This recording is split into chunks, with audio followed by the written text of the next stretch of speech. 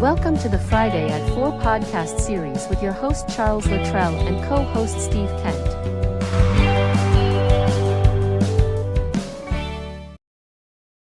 Steve, welcome back to the Friday at 4. Good afternoon. How are you?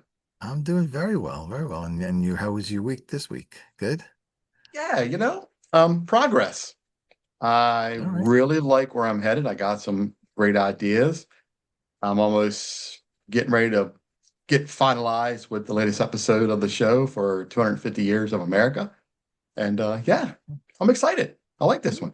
It's gonna be Good, good. good. Yeah, Yeah. it's a big deal, you know? Yeah, it's a big deal, right? This is episode 99 of the show, so we're coming up to close to 100 episodes, which is Wow. amazing, you That know. is amazing. Wow. And I think I texted you the other day and said I went back and watched episode one, all of 7 minutes and 6 seconds. Well, it shows how we've come along. So We've yeah, come a long way. yeah. We've come a long way. I watched it and laughed. It was still entertaining. It was good information. Hmm. But still, hey, look, just like my show, got to start somewhere, right? It was wild. Got to You know? start somewhere. Yeah, so let's get this episode going. So we're running out of time here. We're yakking away. Anyway, small businesses thinking small with big ideas, right? What do you think about this? So, I mean, I love the topic. And even from personal experience, we are taught from when we're young that we should go to school, get an education, and then go work for somebody. And that's what we're taught. And that's what most people do. I'm not Yeah, saying it's right or wrong, but that's what most people do. yeah, But in my experience, when you work for somebody, especially in the larger companies like I did, there is a lot of people at the bottom and less people as you go up the chain, and there's one person at the top. So, in addition to being told go to work for somebody else, in that is also less and less opportunity. right. So, if you're not taught, your experience is how far can I go? How Mhm. big can I go? How big can I grow? And Right. you end up working, building the next person up their dream. And they work to build their dream and their dream. And everybody ends up working for the dream of the hotshot at the top who makes all the money and does no work. So Dog. that's the thinking small. But again, we're taught to do that. Yeah. Now, those who either don't go into the corporate world or leave the corporate world like I did and go out to become an entrepreneur and be your own boss, the mindset either starts small because that's what you're taught in corporate, or even going in, the mindset is I want to open my own business. I have this great idea. I've done the research, but I'm scared Right. because I don't have Mhm. the experience, the money, the connections, everything else that comes with it. So you start small. So I'll give you the example. When I first started to work way back when, okay, way back when, Way back in the day. I was in New York City, all the way downtown near Wall Street. And there was a guy one day showed up on the corner with a hot dog cart, a dirty water hot dog cart. Now in New York City, those are big deals. You can make a fortune of those things. Yeah. So this guy shows up and he comes in and he opens up the first day, and the line is around the block. Everybody wants it. Hmm. And he only had like 100 hot dogs. Now, Wow. during lunch break, you could do 100 hot dogs in like half hour. And when he ran out of hot dogs, everybody on that line was like, what's going on here? And they went somewhere else. Some came back the next day, some never came back because he was thinking small, had no frame of reference, but he didn't know. Yeah. So the next day he comes back and he brings, because he didn't learn fast enough, he brought back like 200. And again, he sold out. Then he brought 300 and 400 and 500 in a day. And he's, as fast as he can cook them, he was selling them. So he learned. We saw the guy about a year later, and somebody made a comment to him about, you look like you're really successful. And he goes, yeah, I stopped because of all the feedback that he got. He stopped thinking small. His one cart that he was on, if you understand what I just said, the one cart he was on was doing like 1,000 a day.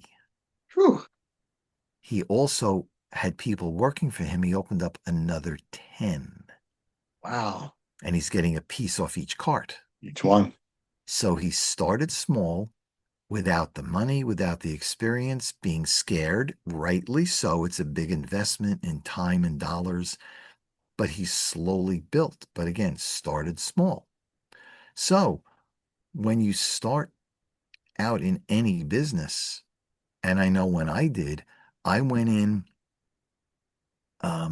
I left corporate in 12 and I opened my business in 13, January of 13. I put all the money up. It was 100% my business. But because I didn't have the money or the experience, I made a lot of people 1099s. I had some W-2s, as few as I could, and I did everything else. Yeah. Now, yes, I put the money in, but I didn't know how to do all those other things. I didn't know Yeah. how to do the HR and the payroll and the sales and the marketing and the advertising. And so I spent a lot of money trying to do it on my own. But by doing that, you can't run your business because you're doing too many other things. So, it's that balance. But again, it's thinking small and not getting bigger. Yeah. So let me ask you, when you go in your experience to different locations, because I know you do a lot of different types of businesses. Yeah. So when you go into, and just pick one, it doesn't matter which one, have you seen any kind of patterns where people are small? Either they don't want to, don't know enough, don't have money. Is there anything you can, high level, just put your hands around that you see, people tell you as to why they may only have one location, why it's really small when the crowd really means you should make it bigger? Any thoughts from your perspective? I think you hit it. A lot of people, let's take a good example, a food truck. You start with a food truck, you sell something small, a hot dog, right? We'll just use hot dog for example. And since you already started the hot dog cart, and this is real life story, just not everything's not what it was. You got a food truck and you're good, the food truck's good, the food's good. And I say, really should start a bricks and mortar with this. I think a store would be great. And then, they're kind of like, well, it's a great idea, want to do it. Then fear kicks in, right? The fear of everything. And that's part of thinking small, right? Mhm. Is you stay in that little bubble, your little comfort zone, because you got the food truck. Expanding can be a lot. You're taking a lot by expanding, you know. And then they get this wild idea to, okay, well, let's go open up that store. But then you get overwhelmed because, again, you were thinking small from the food truck perspective and not from a bricks and mortar perspective. So then you're overwhelmed by the food truck, the store, food. So now you're scrambling to bring people in to, run the businesses. You got to run the food truck now and you got to run Mm. the location. So that can create a problem by, again, not thinking big enough, thinking small. But then sometimes people hold on to, well, I only want to do this part, so I can't give that out. Mm. And then they're scrambling, trying to get people to learn how to fix and prepare the food to help expand that business. And therefore, their hours are cut because they're spending days cooking.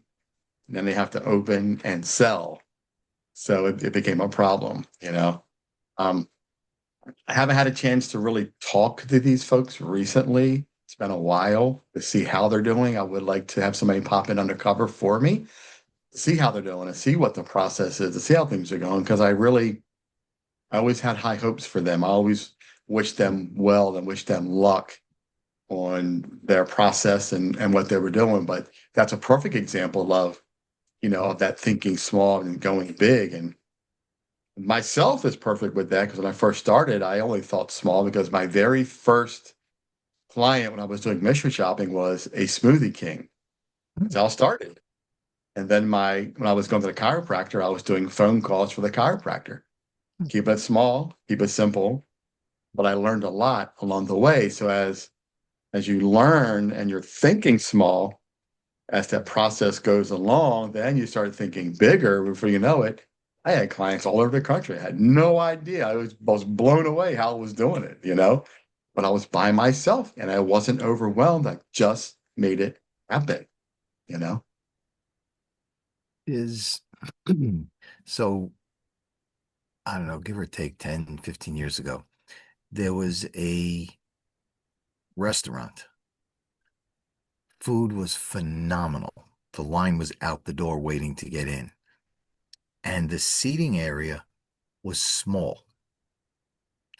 And the owner kept saying, I'm keeping it small. People will wait to get in. And they did. And he was that way for a long time. And one day, somebody, I don't know what they said to him, but he finally said, okay. And the store next to him opened up. Whatever was in there went out. So he was allowed to go in. And the landlord broke a hole in the wall so you could walk through. Instead of going outside, you could walk through from one store to the next. So now we had a bigger dining room. And things were good. He was great. He was making a ton of money. And there was still a line around the block, even with the extra dining room. But then came the 87 crash. And people stopped going out for a while. Now we had this extra dining room with no money coming in.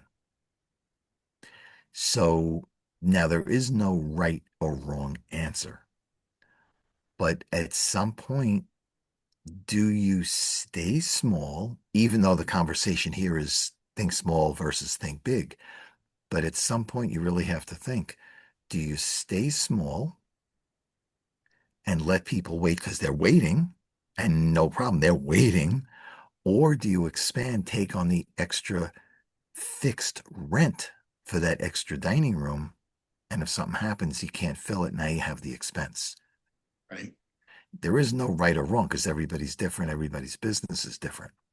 Right. Now, as a suggestion, which he never thought of, because again, his frame of reference was very, very narrow, do you arrange with the landlord that I will take the extra space, maybe on 3-month increments or 6-month increments? So if the economy does take a hit, you only have a couple of months and you can walk away from the extra space.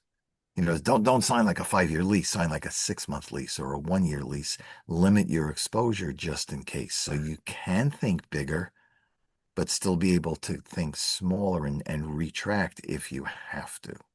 Right. And that's what nobody taught him because he didn't know.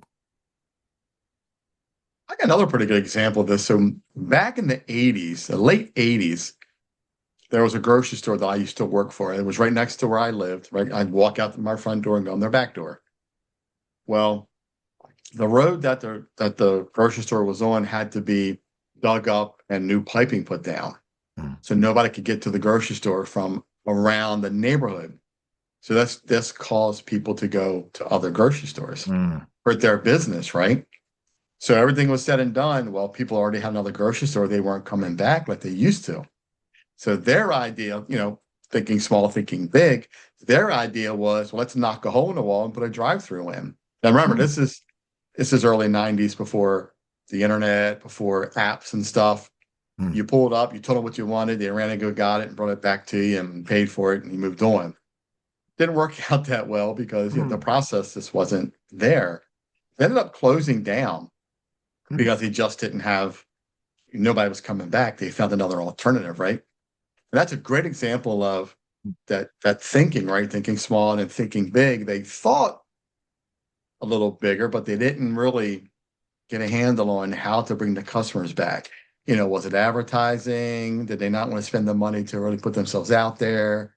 You know, I was just a young man. I had no idea about that part of their business. All I know was they closed down because I worked for them for a while. I moved on to something else as I got older. But who knows what that could have become Right. if they would have thought bigger, right? Yeah. That's a great There. example, right? Yeah, oh, it's a great example. I like that. There are people, and I am not one of them, but there are people out there who specialize in things just like this. So they will come into your business and they'll spend some time. This is not a 5-minute discussion. They'll spend some time. They'll look at what you do, what you're selling, your books. They do the whole thing. They analyze the market, the neighborhood. They do all this type of stuff. And then they say to you, either stay where you are because you're in a good spot, your overhead is low, you got enough business, don't get greedy. Or the other side is think big, buy another building, expand next door, expand your product line.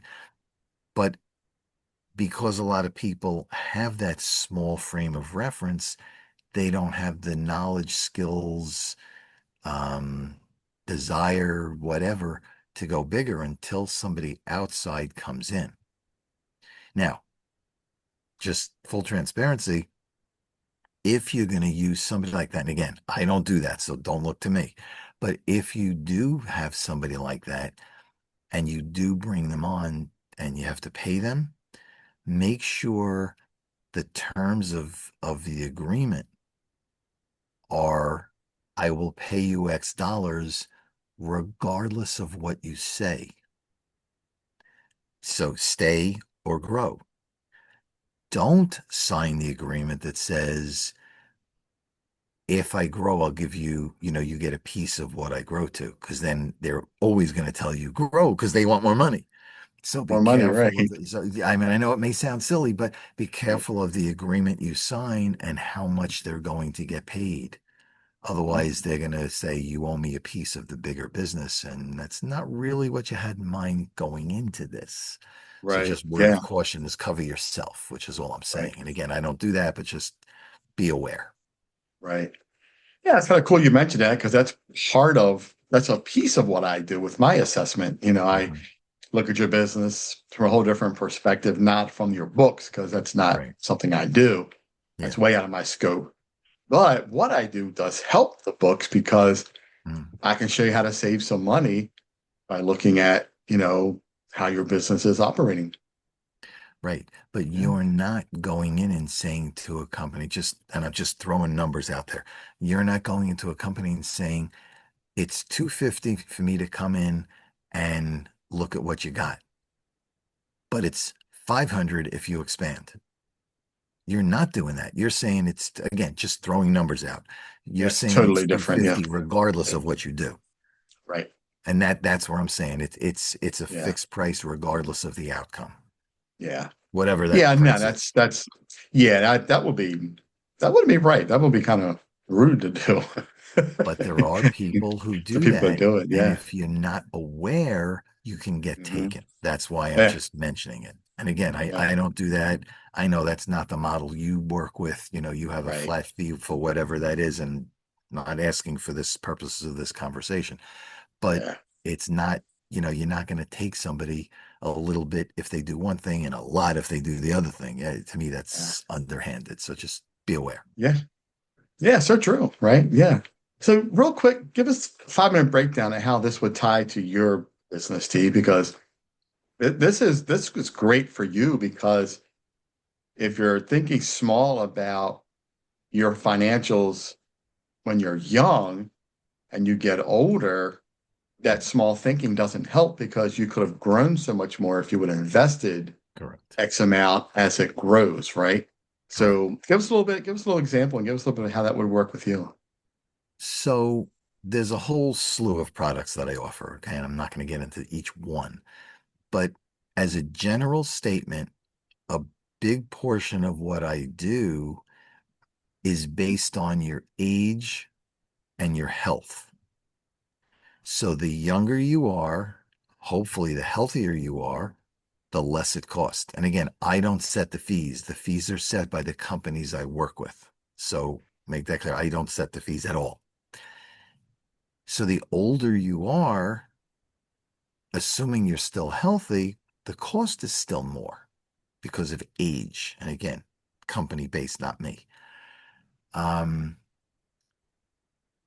Now, the other side to that is if you're going to put money into some, not all, some of the products that I offer,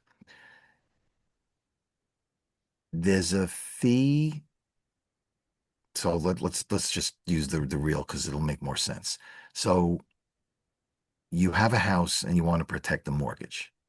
So you need life insurance on you so that God forbid something happens to you, the mortgage gets paid, your family can stay in the house. So let's just say, for example, and again, I'm making these numbers up. You're 30 years old, you're in good health, and let's say it costs you $100 a month. If you're 40, maybe it's $150 a month. If you're 50, maybe it's $200 a month.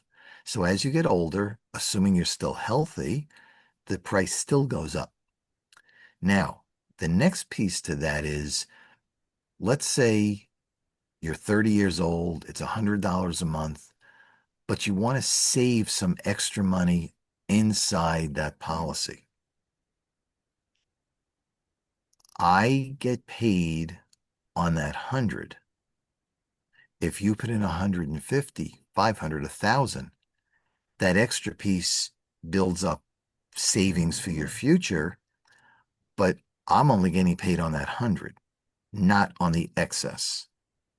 So that's how, to come back just a little, comes back to me and my business, that the fee is set whether you put in that amount or more. I still get paid on the lower amount. So back to what I said before, I'm not going to charge you if you go this way or you go this way. My fee stays the same. It's the excess that comes back to you, not to me. And that's how it plays into me. Not all products are like that. Some are, you put a lump in and that's where it stays. And that doesn't change anywhere. But just like for the protection, the insurance side, it's what you put in, and that's all I get paid. If you put extra, that's all for you. I don't get anything on that. So that's my salary, my commission for that.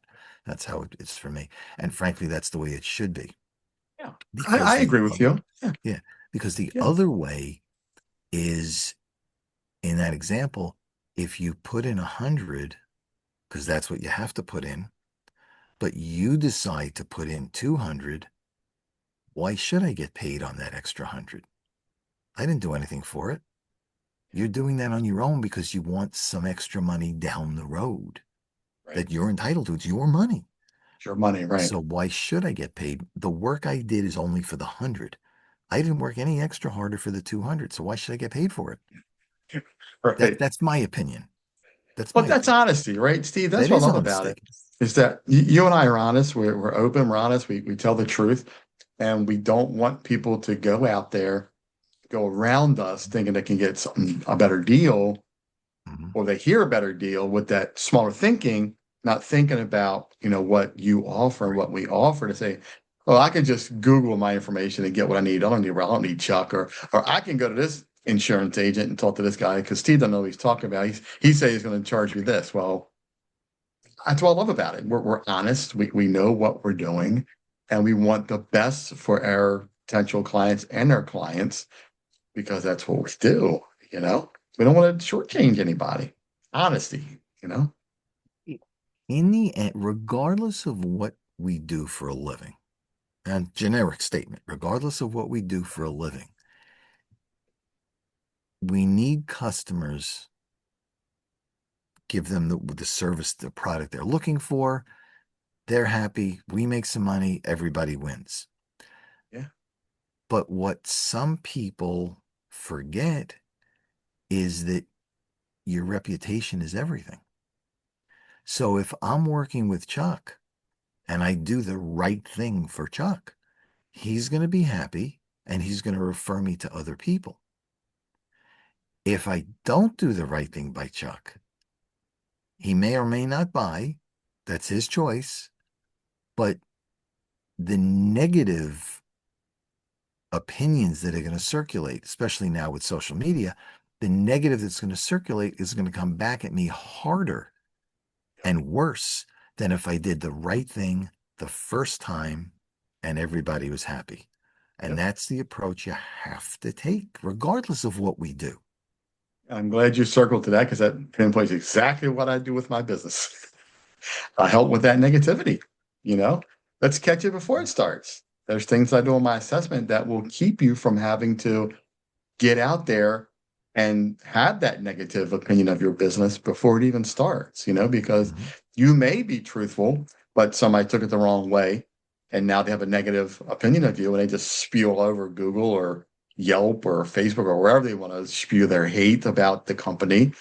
And Mhm. then now you're fighting your way to try to fix that. Right. Let's catch it before you have to fix it. That's what I do. You Is know? always easier, faster, cheaper to do it right the first time. Because Yeah. and somebody said something recently and it just like oh yeah. And he said something like, if you don't have time to do it right the first time, are you really going to have time to fix it and do it a second time? The answer is you're not. So do it Yeah. right the first time. Everybody's happy and move on and then help somebody else. Yeah. So true. Uh, One customer at a time, do it right with a smile on your face, do it with integrity, and everything will be good. Good news travels a lot. Well, no, good news travels fast. Bad news travels faster. Faster. And it Yep. does. It Yeah. does. Yes, it Again, does. especially with social media. You Yeah. could be on within 10 seconds. The world knows that Steve messed up or Chuck messed up or Yeah. not what you want. And Not real what you want. quick before we end this podcast, a great example is I saw somebody's business. Somebody had a bad experience, and three people they knew, all three gave that company a bad review about the same thing. So now you Wow. got to fix those three problems that could have only been one problem, you know? Correct. Yeah. Correct. So, yeah. It's important, and this is one of the pieces of added value that you do among many. Find out what people are talking about. If one person says something negative, maybe. But when two, three, four people say the same thing and you don't listen, Yeah. how does that expression go? Shame on you. Shame Okay. on you. Okay. Right. But Yeah. again, that's one of the many, many things of value that you add is, what are the people saying? What are they really saying? But if Yeah. they don't know, they can act. But when Yeah. you tell them, now they have a fighting chance. Yep. So that's That's why so what true. you do is so important. So true. I give you a fighting chance, man. Absolutely. Yeah. So And you we know want, what? The thing that I like is that I'm starting to ask the question of why do people think Google is so, you know, why is Google the answer for everything? It's not, but because they're so big and so powerful, they think they have to do it because of the exposure. And I right. get it, but let's fix it before it becomes a problem with Google, right? Yeah, yeah. Yeah. They do Google because it's the 800-pound gorilla. Yeah. They use Microsoft or Apple because they're the two 800-pound gorillas.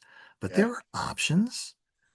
There's more than one, web browser. There's more than one car manufacturer because everybody has different tastes, different budgets, different needs. Yep. Do what's best for you. And I love what I do because there's things that Google cannot do that I do. And that's why I love what I do. Yep.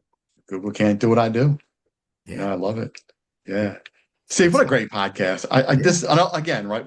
Like another episode where we could talk hours, and next episode on the same thing. Yeah. There's so much more to add to this because we really didn't get a chance to dive into a lot of how that thinking can change, right? How the small thinking can change to the big thinking, how it can really change your business. I think we should continue this topic because I know there's so much more we could say on the processes of what we can do to make our businesses better. Because I know you have these experiences, like I've had them over 1,000,000 times in the past year, of just thinking different can get you where you have to go in that process. And I really feel that if people change their thought process, they can really grow their business. They really can. I agree. I agree. Yeah. So, yeah. So anyway, great podcast. Thanks for coming on again. It's like time flies, It does. It really does. It's amazing we get to these topics. I think I told you, I think our first episode was 7 minutes and 6 seconds. And now we're on 37, 38 minutes with these things, 40 minutes. And we're just making them go. It is good stuff. Good stuff. I love it. I love these conversations. They're good stuff. Absolutely. Yeah. And, I hope everybody gets some kind of value out of what we talk about, and Right. if you have anything to say about it, comment, let us know what you think about our topics, and give us something that you like for the next future one, So, yeah. Anyway. All right. Sounds good. Got to be here on this Friday at 4 because it's 4:00 somewhere. 4:00 somewhere. Steve, what a great episode again, man. Thanks for hanging out. Thanks for talking. You as well. I love this show. And can't wait to have some guests come on. We should have a guest coming up in a couple of weeks. Yep. So working on get some guests come on the show again. So I'm looking forward to have some other people giving us some of their opinion on their conversations. Yeah. If you want to come on, just let us know and you can be a guest. Yeah. That's it. It's real simple. 516-727-2294. Reach out to Steve. And reach out to Chuck at 410-935-6132. Absolutely. Steve, have a great rest of the day, man. Have a great weekend. And we'll talk soon. You got it. Thanks, Chuck. Thanks, everyone. Take care. See you, buddy. Take care, everybody. Bye. See you. You've been watching the Friday at 4 podcast series with your host Charles Luttrell and co-host Steve Kent. Thanks for watching.